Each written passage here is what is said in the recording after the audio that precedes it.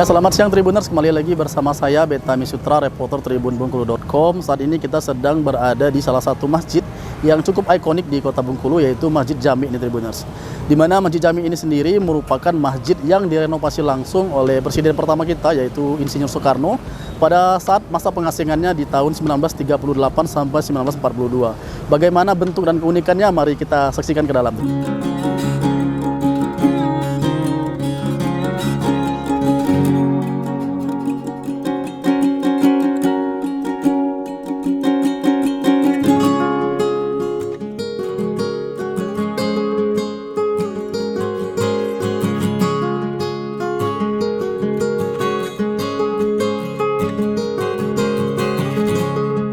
Jami sebelumnya bukan Masjid Jami, namanya Surau Lamo. Surau Lamo itu sudah berdiri pada abad ke-18, lebih kurang tahun 28 pada waktu itu.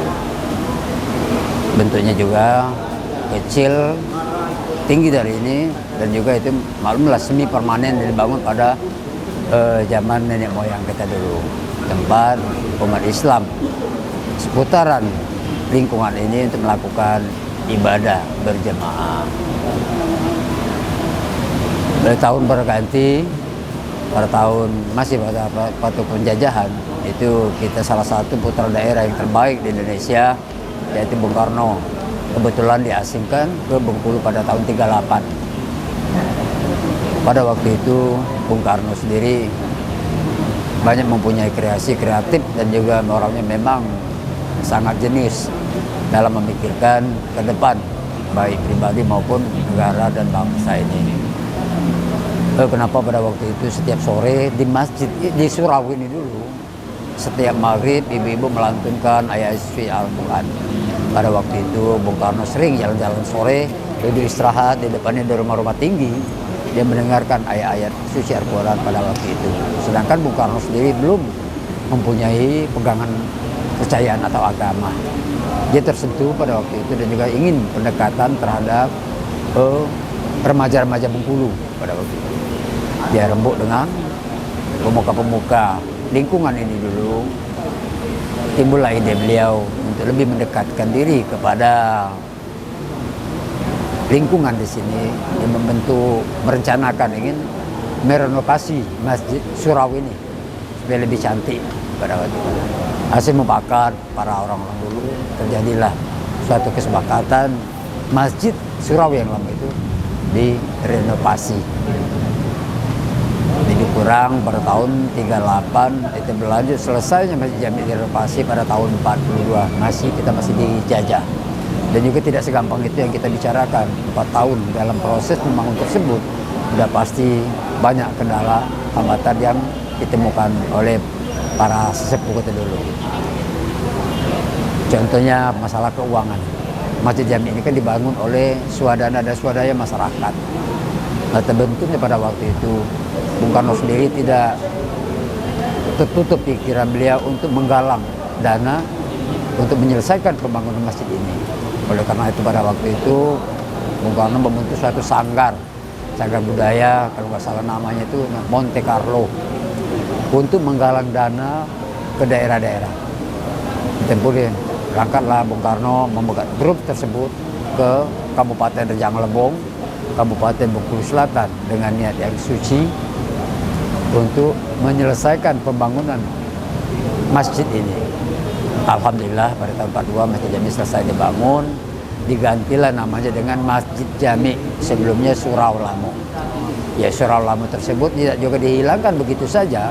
Sebagian alat-alat bahan bangunan yang diambil itu dipindahkan di Kelurahan Baja. Dia tidak menghilangkan begitu saja nama Surau Lamo tersebut. Surau itu adalah tempat orang sholat, itu termasuk juga kalau sekarang ini langgar, kan sebangsa musola lah. Bergantilah masjid kan berarti tempat jamaah yang banyak. Pada waktu 42 sampai saat ini Masjid Jami ini alhamdulillah sudah dilindungi oleh negara pada tahun 2010, termasuk di dalam cagar budaya nasional untuk dijaga dan dilestarikan. Sebelumnya Masjid Jami ini belum termasuk masjid cagar budaya. Oleh karena itu banyak juga fisik-fisik di luar masjid ini yang sudah hilang, sudah diratakan. Dan juga bangunan-bangunan yang di kiri kanan termasuk bangunan baru. Sedangkan fisik yang asli yang direnovasi oleh Bung Karno adalah badan masjid ini sampai ke dalam. Ini salah satu mimbar masjid menjadi kebanggaan kami di lingkungan masjid dan juga kebanggaan bagi Provinsi Bengkulu yang diakui oleh negara Timur Tengah tersebut. Mimbar yang benar, yang mempunyai jenjang-jenjang anak tangga, yang di mana Nabi berdoa diaminkan oleh para malaikat sesuai dengan anak-anak tangga yang dibentuk oleh mimbar. Oleh karena itu banyak pejabat-pejabat dari pusat mampir ke Jami apabila ada kunjungan kerja ke Bengkulu, tetap sungkem ke Masjid Jami. Beliau mengatakan Masjid Jami itu nyaman, adem, sejuk sholat di sini. Itulah menjadi kebanggaan kami di sini. Mungkin kalau untuk sejarah, batas itu yang dapat kita ketahui masalah Masjid Jami ini. Dan juga terus terang aja, fisik ini masih utuh yang direnovasi oleh Bung Karno, kecuali yang di luar badan masjid.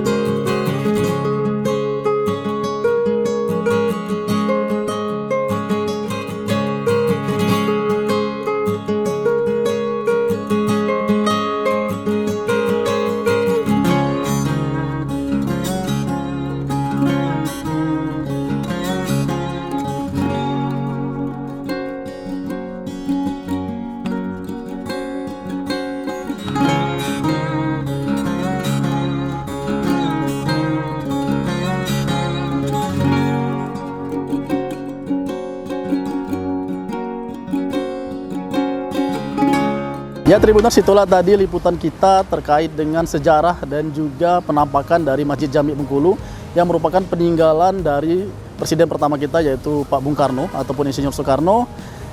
Saya Betami Sutra, reporter tribunbengkulu.com, pamit undur diri. Wassalamualaikum warahmatullahi wabarakatuh.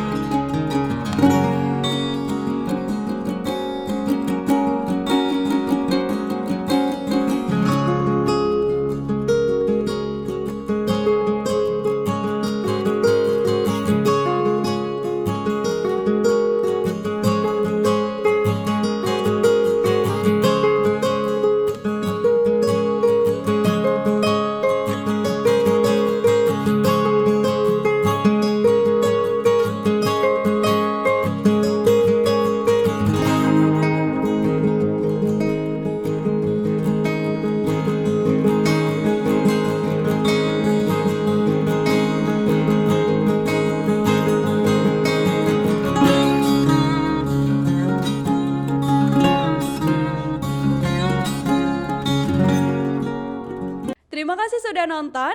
Jangan lupa like, subscribe, dan share ya.